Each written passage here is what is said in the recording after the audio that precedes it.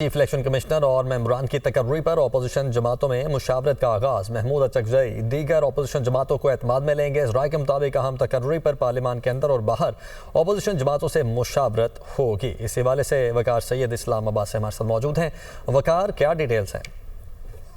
जी बिल्कुल, देखिए opposition leader की जानिब से जो चीफ इलेक्शन कमिश्नर और दो मेंबरान की तकरीर से मुतल्लिक जो माजी का रिकॉर्ड है वो तलब किया गया है। तो उसके साथ ये फैसला भी किया गया है कि अपोजिशन की जो जमातें हैं, चाहे वो पार्लियामान के अंदर मौजूद हो या पार्लियामान से बाहर हो, उनके साथ एक मुशावरत की जाएगी और मुशावरती सेशन में बाकायदा तौर पर उनकी जानिब से कोई नाम भी जो है वो मांगे जाएंगे। तमाम जो दूसरा मरहला होगा उसमें सिर्फ वो जमातें जो पार्लियामान का हिस्सा है, अपोजिशन का हिस्सा है, उनको बाकायदा तौर पर अप्रोच किया जाएगा और उनसे नामजदगी मांगी जाएगी।